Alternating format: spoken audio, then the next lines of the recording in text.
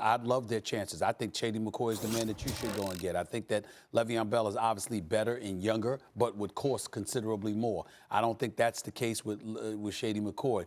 And in the interest of full disclosure, I go back years with Shady McCoy, covering the Philadelphia Eagles for the Philadelphia Inquirer in Philadelphia, obviously, and talking to him and several of his teammates on many occasions, recognizing the sabotage that Chip Kelly, implemented there. He's struggling at UCLA. Good luck. Here's the point.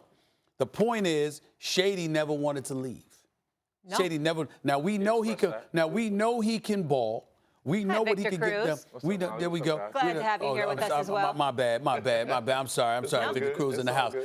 Shady McCoy can ball. Collaborate that with Jay Ajayi being out, Corey Clement being there, Darren Sproles hopefully coming back. You got Alshon Jeffrey, you got Nelson Aguilar and Zach Ertz and these boys. Carson Wentz is only going to get healthy, assuming he doesn't incur another injury.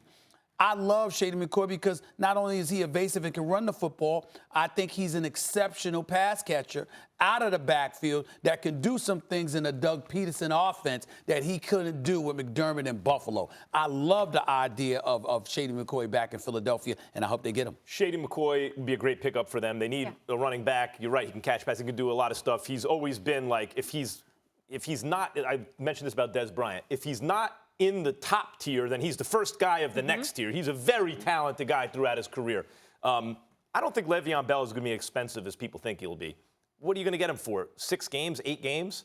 I bet you if you traded a second-round pick for a third-round pick, threw in a fifth, something like that, I bet you could pick up Le'Veon Bell, who I think would be better than Shady McCoy. But Shady'd be fine. Would it propel them to a Super Bowl? No. Because the Los Angeles Rams play in the NFC, will have home field, and are a juggernaut. A juggernaut. Let me tell you something. 2 years ago, I told you the Eagles were coming because I noticed before the Lane Johnson injury, they were trending toward elite. Suspension for PEDs. He was suspended. He was a tipping point on the offensive line. He was no good. I told you when he gets back, watch, everyone made fun of me. He got back, and they started trending toward elite again. And I told you going into the next season, Eagles going to be the class of that division. And they were, and I picked them for the Super Bowl later on, and they won it. I am telling you now, been on the Rams since the preseason. I'm not the only one, I realize. Los Angeles is coming. So Shady will make them good. Yeah.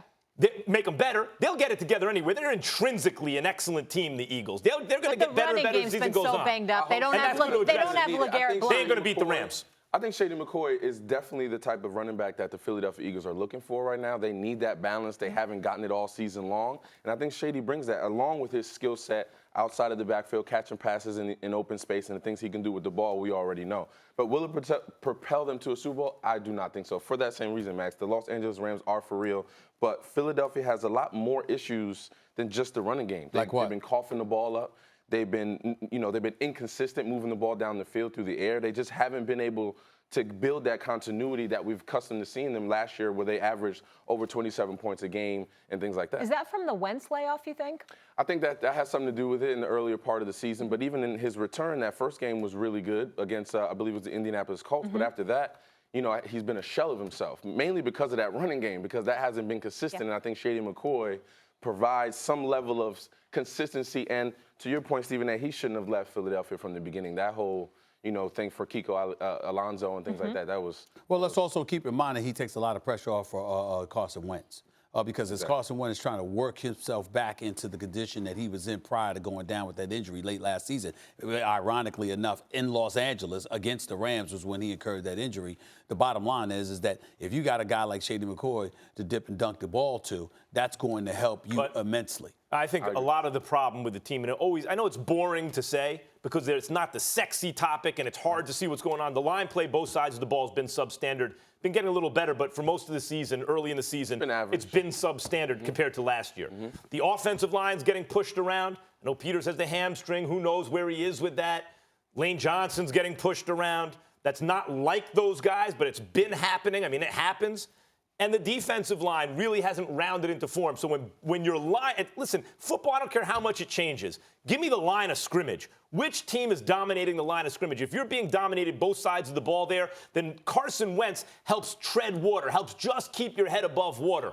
But that's really what's been happening. I expect that line play to improve as the season goes on because they have talent there. I was just going to say, before we move on, you think they missed LeGarrette Blount? And that's a mistake in letting him go?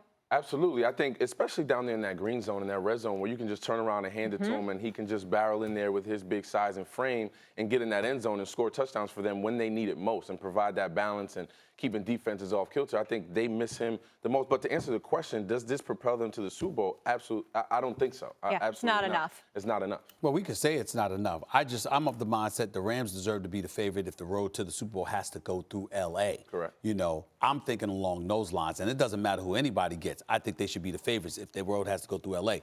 But everybody else act like they should be the favorites, period, because they're loaded. And I'm not of that belief. I know running games get carried on the road to inclement weather, but that's a big deal to me. To me, even though I know the Eagles in all likelihood are not going to have home field advantage, until it's official that they're not going to have home field advantage, I'm of the mindset I'd like to entertain the thought of the Rams trying to go through Lincoln Financial There's more, Field. by the way. There's more. No shot. Jared Goff had not played in the playoffs. Jared Goff has now played in the playoffs. The reason I didn't like the Rams last year, when you looked around, I liked the Saints last year. By the time the playoffs rolled around, I think lack of experience. Yeah, because you go, if all things being more or less equal, give me the team with Drew Brees, right? Exactly. But now Jared Goff has taken it to another level and has the experience, and the team's gotten better. It's too You think much. 1 year in the playoffs to get it done? Just being there 1 year is enough experience for him to get over the hump? I think, well, let's put it this way. On that team, yeah. It helps a little.